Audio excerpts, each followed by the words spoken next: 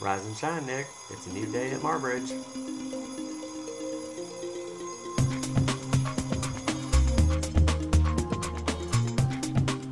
Nick is a typical young man in his mid-20s.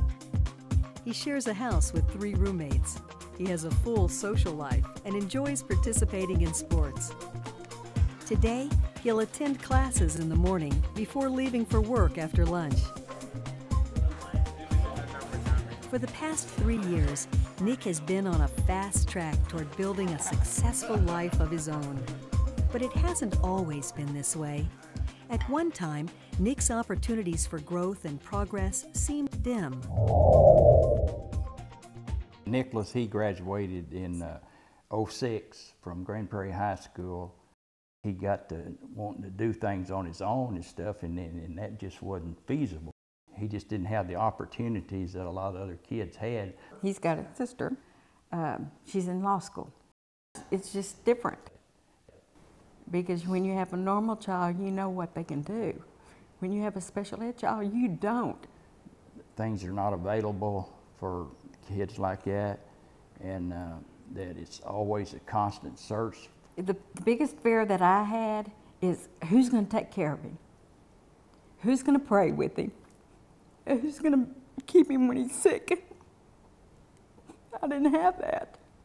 I had to let him go to grow up. These 3 years going, I've seen Nicholas grow up so much, more than what I thought that he'd ever do.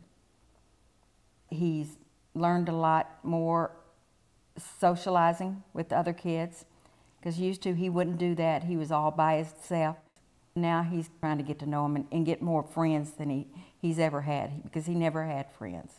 It's just like night and day. I see that I can step back and let him grow and do what he needs to do. And I feel more comfortable here at Marbridge than if I had him anywhere else, or even had him with me, because I think it'd be better for him. Nick is but one example of how adults with intellectual disabilities come to Marbridge to learn new skills, gain experience, and achieve increasing levels of independence. But there are many others, like John. Even after 21 years of school, John could barely recognize letters, much less words. After coming to Marbridge, an assessment of his skills revealed he could indeed learn to read. And under staff direction, John began working with a volunteer in weekly sessions. He now reads at the 2nd grade level. John is an identical twin, and John and Ben, when they were born, Johnny clearly had some problems, and Ben did not have any of those problems. And so he ended up having cerebral palsy and seizures and developmental delay. Ben graduated from high school in 2002, and then we talked about Ben going to college, and all of a sudden John was saying, well, where am I going to go to college? You know, for adults, young adults with disabilities, there's no school available. You're done after high school, and it's a huge cliff that these children drop off of after they go through the wonderful school system here, and then it's chaos. So to be able to segue to this beautiful, wonderful college, doesn't get any better than that. He has to get up in the morning, he shaves himself, he takes his own shower, he gets himself dressed. John, just the last 2 years, he's now 27 years old, has actually started to read. So in the 7 years that he has been here at Marbridge, we have made strides that we didn't think were even possible anymore. He is actually sounding out letters and reading, which is phenomenal. We find John has developed and continues to mature in so many ways. When he was born, they told us he wasn't going to live, then he wasn't going to crawl, then he wasn't going to walk, and now we have this absolutely loving 27-year-old boy who is the joy of everybody's life. Nobody meets John without having a smile on his face. He's the biggest blessing we've ever had.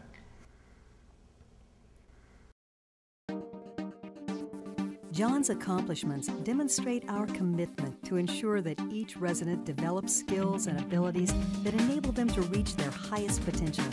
Many Marbridge residents become ambassadors, inspiring others and challenging age-old perceptions of people with intellectual disabilities. Most importantly, they show the world that they are capable of living productive and purposeful lives. It started off 4 years ago in a pilot program with 3 departments. We're now up to 12 departments at Seton Medical Center, Austin. We've got another 3 departments at Dell Children's Medical Center. To date, we have hired 12 project search interns. The quality of our associates, of those associates in particular, is at or way beyond that of the average person that we have working in those particular jobs. A very good example is Daniel Shackelford. He puts together the tools so that doctors can do the surgery on the patients, and he's made 2 errors in 2 years. Nick Buchanan is a PRN person who started in food services and now is up to 40 hours a week. Brian Barnett, he was so good that the department he interned for created a position specifically for him to make sure that the rooms were in order for the patients.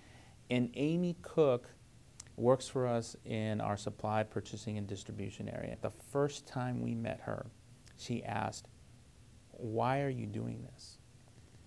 And she just thanked us for including her.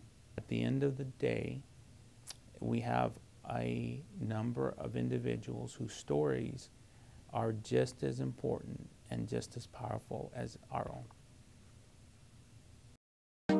As another day at Marbridge comes to an end, we begin to reflect on our lives, how much we have learned, the many social, leisure, and spiritual enrichment opportunities we experience, and most of all, our achievements. If I hadn't come to Marbridge and lived at home, I wouldn't have had a good paying job, meet new friends, just everything. Honesty and integrity are my 2 big words that I think of this place, because the staff and the teachers are very honest with us, and they take the extra time to work with each individual person. I can do anything I want to with more confidence. This place has given me confidence to do that. I know I have a lot of friends here that care about me, and I care about them. Marbridge helps me be my best.